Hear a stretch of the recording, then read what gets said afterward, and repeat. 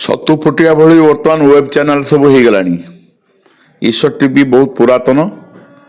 ईश्वर TV प्रथमे सहरांचल कार्य करुला किंतु वर्तमान जो ब्रह्म राक्षस आम गणमाध्यम प्रतिनिधि मानक मध्य आसी ये गणमाध्यम तिष्ठिया भारी कष्ट। प्रत्येक परस्पर होउचंती विद्वेष आ परस्पर विरोधी मंतव्य। द्वितीय कथा हूँ ईश्वर टीवी आज तृणमूल स्तर में आप जदि देखिए बालेश्वर जिलार सहरांचल को छाड़देले जो ग्रामांचल रही रेमुणा कहतु आपणकर सेकड़े आपणकर आमर श्रीजंग खंतापड़ा सेकड़ा अंचल कहतु सबु अंचल बर्तमान ईश्वर टीवी घरे घरे परिव्याप्त। तार अर्थ होउची जनसाधारण एवं ग्रामांचल जो सब समस्या सृष्टि होउची जो सब समस्या देखा देउची जहाँकि सरकार जो सब योजना कर योजना सठिक भाव कार्यकारी होना। तार मूल कारण है राजनैतिक नेता मानकर परस्पर विरोधात्मक परस्पर विरोधी कार्य को लेकिन योजना गुड़िक जो गुड़िक कार्यकारी हवा कथा ता ब्लॉक स्तर हो पंचायत स्तर हो कौटी भी होना। सरपंच जदि गोटे दलर है तार जो समिति सभ्य रहिले जो मैंने मेंबर रहिले से माने आ गोटे दलर तांको कथा सुना जाउनी कार्य होना। ईश्वर टीवी किंतु तार लोकलोचन से शिक्षा क्षेत्र हो संस्कार हो परंपरा हो संस्कृति हो कला हो सबुतरे से तार कार्य जी जरा करवा कथा सी कर बर्तमान पर्यंत बजाई रही। आ गोटे दुख कथा मुझे कहे यहाँ मोर अंतर गोटे बड़ दुख। कौन दुख? गत वर्ष 8/1 कि 7/1 राति ईश्वर टीवी जो पुओ ताजे पीरी बाबूर जो पुत्र जी कि कैमरामैन भाव काम करुला शुभंकर पीरी ये छुआ तृणमूल स्तर जो कैमेरा धरिकी कार्य करुला कैमेरार जो सब फोटो उत्तोलन कर बा न्यूज नहीं आसे आमर गणमाध्यम प्रतिनिधि ता पाखु सब न्यूज नौले फोटो नौले सबकि करुले किंतु जिते से पिलाटी मरीगला जो दिवंगत सांबादिक स्मृति कमिटी गोटे गठन होती से स्मृति कमिटी बर्तमान जो मानकर अवहेलित निष्पेषित निर्यातित गणमाध्यम थी जो मैंने तृणमूल स्तर एक स्वतंत्र परिचय सृष्टि कर आज नहांती से चली जाइए फोटो सब लगी सांबादिक प्रकोष्ठ में आप जो देखिए 17-18 जनकर फोटो लगी कि परिवार वर्ग आसुना कि श्राद्ध कर्म बा स्मृतिचारण करूना आम से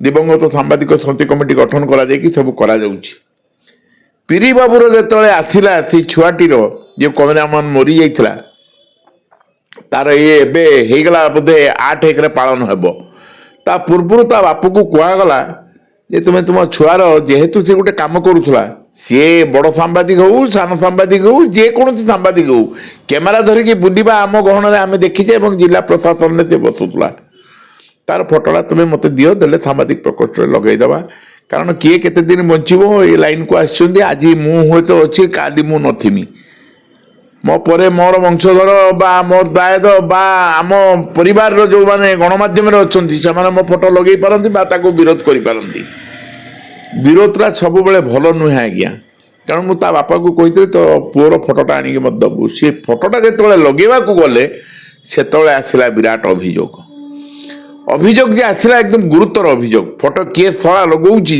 आम देखा किसी असामाजिक लोक ए गणमाध्यम परिसर भीतर को पशि आसने कहारी निज स्वार्थ छड़ा से अन्य कहारी को भल आखिरे देखती ना जड़े लोक मरीगला 16-17 वर्ष गोटे छुआ कि 18 वर्षर पिलाटा सी चलीगला स्वर्गावास होगलानी तार स्मृतिचारण हम ये प्रथम श्राद्ध वार्षिकी पालन करा 8 तारिख दिन हम कि 7 तारिख दिन हम परिवार लोक करेंगे कि आम समस्त जाइए एकजुट हवा से क्षेत्र में विरोध करके फोटोटा सांबादिक प्रकोष्ठ लगे विरोध करा कलेक्टर पाक जा डीपीआर को कहवा ये सब कहवा ये ठीक नुहे।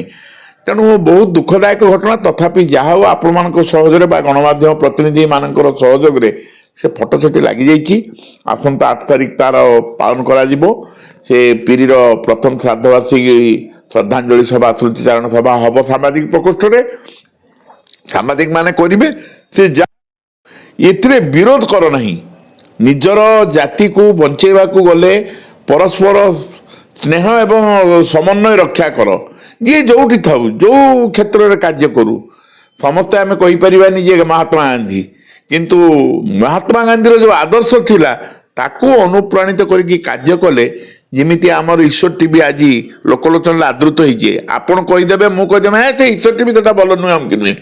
ଲୋକ ଯୋଉଟା କହିବେ ସେଇଟା ହଉଛି ଗୁରୁତ୍ୱପୂର୍ଣ୍ଣ ଆଜ୍ଞା। ଲୋକଙ୍କ କଥାଟା ହଉଛି ତୁଣ୍ଡ ବାଇଦ ସହସ୍ର କୋଶ। ଆମେ ଯେତେ ବିରୋଧ କଲେ ବା ଯେତେ ଯାହା କଲେ କିଛି ହେଇପାରିବନି। ତ ଯାହା ହଉ ମତେ କହିବାର ସୁଯୋଗ ଦେଇଛନ୍ତି ଏବଂ ଈଶ୍ୱର ଟିଭିର ମୁଁ ଦୀର୍ଘ ଜୀବନୀ କାମନା କରୁଛି। ଈଶ୍ୱର ଟିଭି ସହିତ ତାର ଯୋଉ ପୁଅ ଚାଲିଯାଇଛି, ଯୋଉ ସ୍ୱଳ୍ପ କେତେ ଦିନ କାର୍ଯ୍ୟ କରିକି ଚାଲିଯାଇଛି, ତାର ଆଦର୍ଶରେ ଅନୁପ୍ରାଣିତ ହୁଅନ୍ତୁ। ଅନେକ ଯୁବପିଢ଼ି ବର୍ତ୍ତମାନ ଆସିଗଲେଣି ୱେବ୍ ଚ୍ୟାନେଲକୁ। ବର୍ତ୍ତମାନ ଆଉ ମୁଦ୍ରିତ ଗଣମାଧ୍ୟମକୁ ଡକାଯାଉ ନାହିଁ, କେବଳ ୱେବ୍ ଚ୍ୟାନେଲ। ସମସ୍ତେ ଖୋଜୁଛନ୍ତି ଦଣ୍ଡାଧାରୀ ମାନେ ଆସିଲେ ଦଣ୍ଡାଧାରୀ ତାଙ୍କ କଥାଟାକୁ ନେଇକି ଲୋକଲୋଚନରେ ଆଦୃତ କରିବେ ଆଉ ତତ୍କ୍ଷଣାତ୍ ଦେଖେଇବେ।